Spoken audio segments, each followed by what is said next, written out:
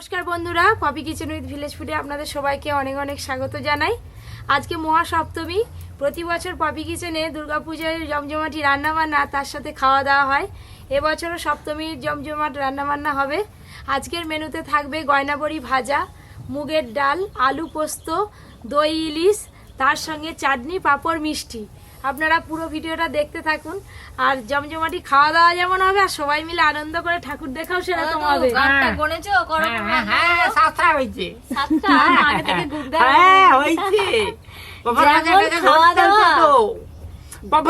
বলেন এখন বললো সাতটা হয়েছে, তাহলে ছোটা ছিল। জানো হ্যালো বন্ধুগণ, আমরা এসে গেছি, খুব আনন্দে আছি। আমাকে কেমন লাগছে দেখুন। তোমাকে হিরো লাগছে। হিরো। এই যে আলু পোস্তর জন্য ডুমো ডুমো করে আলু কেটে নিচ্ছি। ইলিশ মাছের অনেক রেসিপি তো পপি কিচেনে হয়েছে, অনেক দিন দই ইলিশ খাওয়া হয়নি, তাই ভাবলাম এই ইলিশ মাছটা কেটে আজকে দই ইলিশ রান্না করব। খুব বেশি বড় সাইজের মাছ পাওয়া গেল না বন্ধুরা, একটু বাজারে যেতে দেরি হয়ে গেছিল। এই ইলিশ মাছটাই ছিল। এবার কেটে নেব।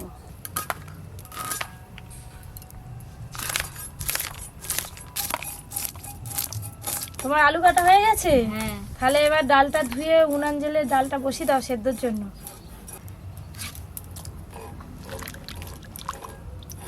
বেশ ভালো করে আঁশ ছাড়ানো হয়ে গেল। এবার মাছটা কেটে নেব। মাছটা টাটকা আছে গো দাদু। রক্ত দেখেছে কিরকম?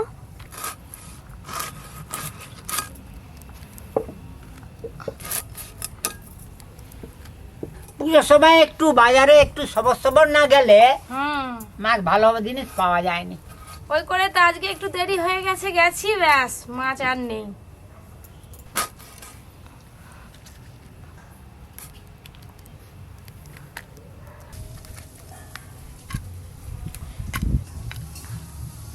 উনান ধরি ফেলো, আমি মাছ ধুয়ে নিয়ে আসছি।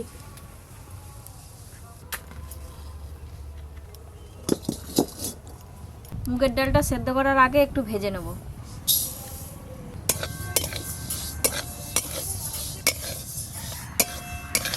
মুগের ডালটা খুব সুন্দর করে ভেজে নিয়েছি, এবার ধুয়ে নেব।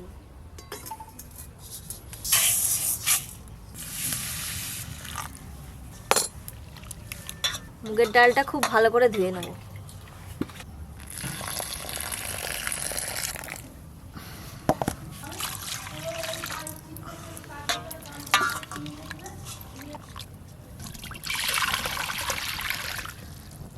হয়ে গেল? হ্যাঁ, নাও তুমি ডালটা তুলে দাও, আমি মশলা করি। ব্যাস এই যে উনানে বসলাম, সব রান্না সেরে একদম উনান গড়া থেকে উঠবো। জল গরম হয়ে গেছে, ধুয়ে রাখা মুগের ডালগুলো দিয়ে দেব।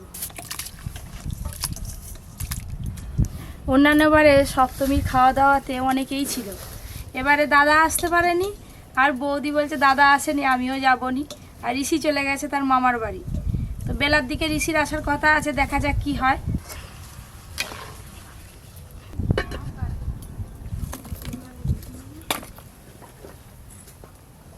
এই কাজটা তুলে ফেলে দিতে হবে।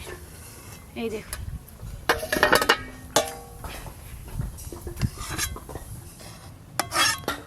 আর চাপা দেবো না, ডাল সেদ্ধ হয়েই এসছে। ডাল সেদ্ধ হতে হতে ইলিশ মাছে লবণ, হলুদ আর একটু কাঁচা সর্ষের তেল ভালো করে মাখিয়ে নেব। লবণ, হলুদ গুঁড়ো, সর্ষের তেল,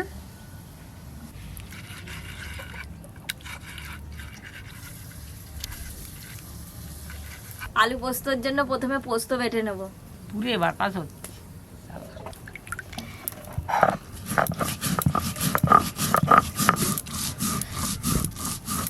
দিদিদার একটাই মশলা বাটতে বাকি আছে, কালো সর্ষে আর সাদা সর্ষে একসঙ্গে বেটে দিবে, আর তার সঙ্গে কাঁচা লঙ্কা দুটো দিয়ে দিবে। খুব ভালো করে মাছগুলো মাখিয়ে নিলাম।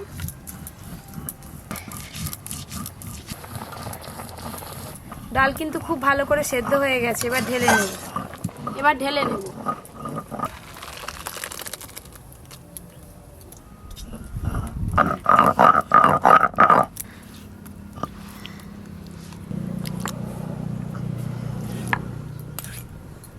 কালো সরষে আর সাদা সরষে আর কাঁচা লঙ্কা একসঙ্গে বেটে নেব।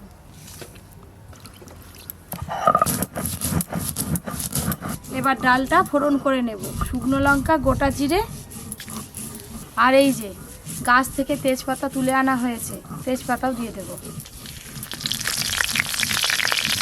হলুদ গুঁড়ো, আজকে মুগের ডালে আমি টমেটো দেব। লবণ,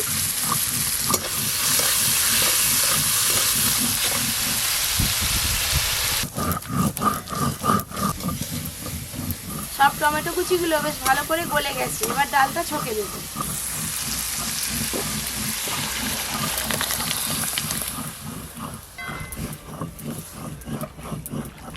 ডালটা এবার একটু ফুটে গেলে চিনি আর ঘি দিয়ে নামিয়ে নেব।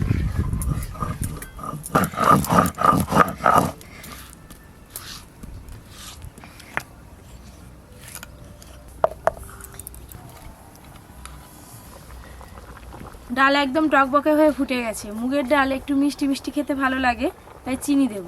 চিনি আর দেব ঘি।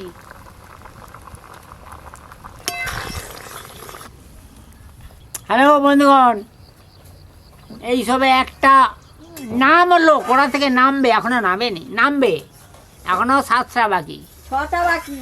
মুগের ডাল হয়ে গেল, এবার ঢেলে নেব। দাদু এমন কথা বলো, তুমি দেখো আর 1 ঘন্টা বসো, সব রান্না করে দেবো 1 ঘন্টার মধ্যে। আর তুই যে লক্ষ্মী, কপি লক্ষ্মী।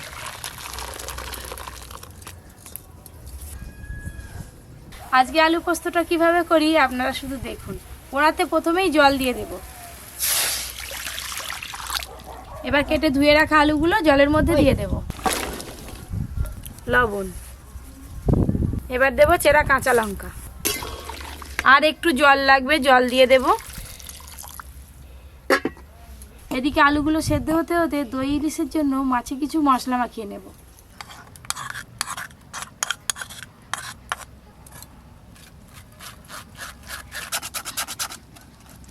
দই ইলিশ করলে সবসময় কিন্তু এইভাবে সর্ষে বাটা অবশ্যই ছেঁকে দেবেন, তবেই খেতে ভালো লাগবে।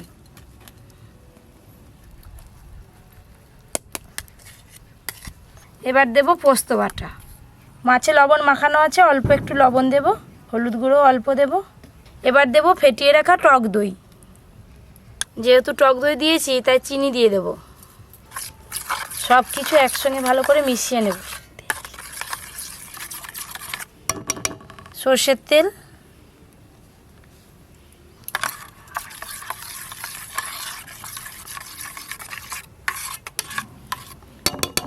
এবার নুন, হলুদ, সর্ষের তেল মাখানো মাছগুলো দিয়ে দেব। মশলার সঙ্গে ইলিশ মাছের পিসগুলো বেশ ভালো করে একসঙ্গে মিশিয়ে নেব। চেরা কাঁচা লঙ্কা,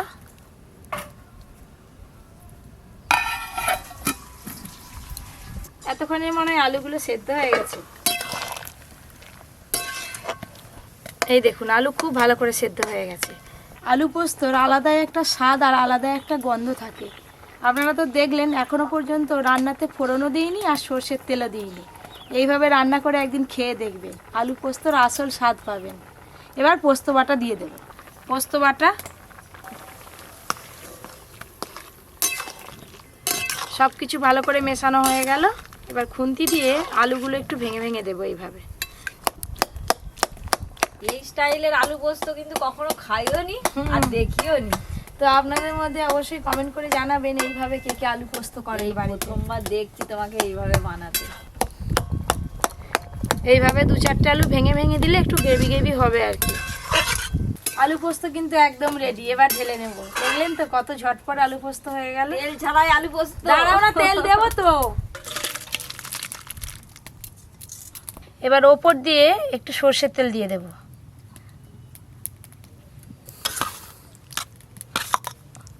পোস্তর কি সুন্দর গন্ধ পাচ্ছ দিদি? হ্যাঁ। এবার আমি দই ইলিশটা করে নেব, তার জন্য কড়াতে জল দিয়ে দেব। স্ট্যান্ড বসিয়ে দেব। এবার এই টিফিন কৌটোটা ওই স্ট্যান্ডের মধ্যে বসিয়ে দেব। আর একটু জল লাগবে।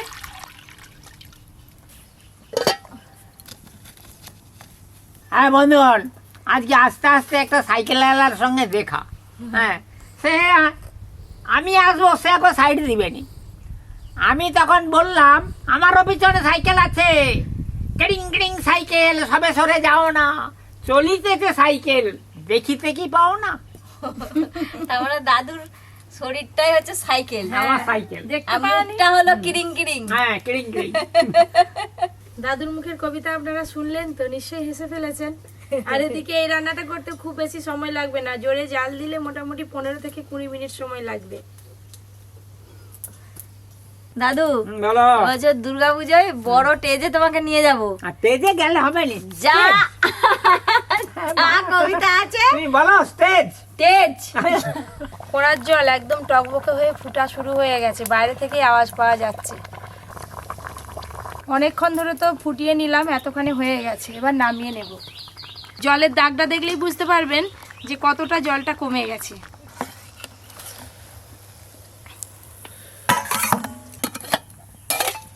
কি সুন্দর একটা গন্ধ, দারুণ একটা ঝাঁঝ বেরিয়েছে। সর্ষে ইলিশের আলাদা ঝাঁঝ, দই ইলিশের আলাদা ঝাঁঝ। 3টে রান্না হয়ে গেল, চাটনিটা বাড়িতে হয়ে গেছে, আর এই যে আমাদের বাড়ির তৈরি গয়না বড়ি, বাঙালিদের কাছে সব থেকে প্রিয়। এবার এই বড়িগুলো ভেজে নেব। সর্ষের তেল ভালো করে গরম হয়ে গেছে, এবার গয়না বড়িগুলো ভেজে নেব।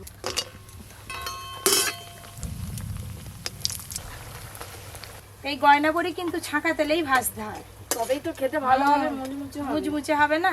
বড়িগুলো ভাজা হয়ে গেল, তুলে নেব এবার।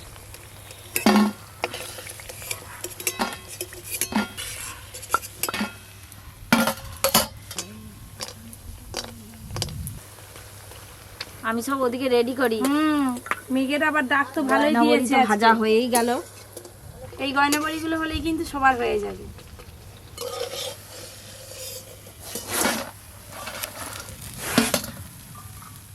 সপ্তমীর বাজারে আমাদের রান্নাঘর একদম জমজমাটি, সবাই মিলে বসে পড়েছি খাওয়া দাওয়ার জন্য। এবার আজকের মেনুগুলো দেখ ঋষি, কি কি হয়েছে শুধু দেখ। ওইটা কি? এটা কি আলু পোস্ত, বড়ি ভাজা, ঘন করে মুগের ডাল। আলু পোস্তটা দেখেছেন, একদম অনুষ্ঠান বাড়ির মতো হয়েছে। আলু পোস্ত। দাদু এই হচ্ছে দই ইলিশ। খাওয়া স্টার্ট হয়ে গেছে, লেবু হলে ভালো হতো। গয়না বড়ি থেকে আরম্ভ। আহ সুন্দর জিনিস, কথা ছিল রে বাপুদন।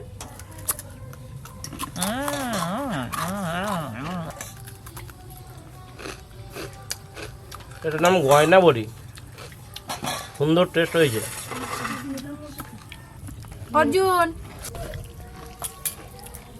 এই আলু পোস্ত সুন্দর হয়েছে, এরকম পোস্ত আমি সত্যি আগে খাইনি। পপি কিচেন এসে বোনের হাতে প্রথম খেলাম। বোন আজকে সুন্দর ভাবে বানিয়েছে, দাদা খাবে বলে। এবার দই ইলিশটা খেয়ে দেখ কেমন হয়েছে।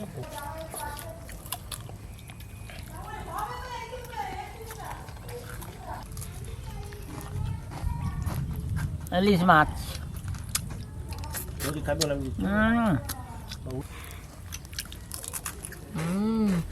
Heavy taste.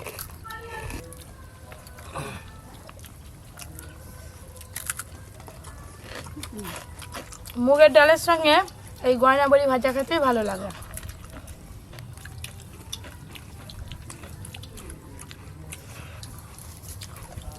নবমী আর দশমী দুদিনই তো খাসি মাংস চিকেন খাওয়া দাওয়া হবে, তাই সপ্তমীর দিন মাছ রেখেছি। চাটনিটা খুব সুন্দর হয়েছে, মিষ্টি। আরে এই যে দই ইলিশ, আজকে আমি লেজা নিয়েছি। দই ইলিশের গ্রেভিটা এত সুন্দর লাগছে। আর ইলিশ মাছটারও কিন্তু খুব স্বাদ। সপ্তমীর বাজারে যদি এরকম জমজমাটি হয়, অষ্টমী নবমী দশমী এখন 3 দিন বাকি আছে, আরো জমজমাটি রান্না বান্না খাওয়া দাওয়া হবে। জানি দাও। এই তো মজাদার চাটনি, মিষ্টি খাবো এখন। ওকে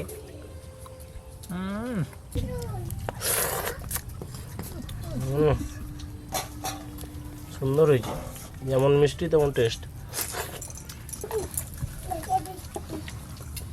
লাস্টবারটা মিষ্টি করতে হেভি লাগে। ওট মহাসপ্তমীর আজকে ভুড়ি ভোজটা কেমন হলো অবশ্যই কমেন্ট করে জানাবেন, আর রান্নাগুলো কেমন হলো সেটাও কিন্তু জানাবেন। এরকম আরও অনেক রান্নার ভিডিও পেতে যারা যারা এখনও পর্যন্ত Popy kitchen with village food চ্যানেলটি সাবস্ক্রাইব করেননি অবশ্যই সাবস্ক্রাইব করে পাশের ঘন্টিটা ক্লিক করবেন। সবাই খুব ভালো থাকবেন, সুস্থ থাকবেন, সাবধানে থাকবেন।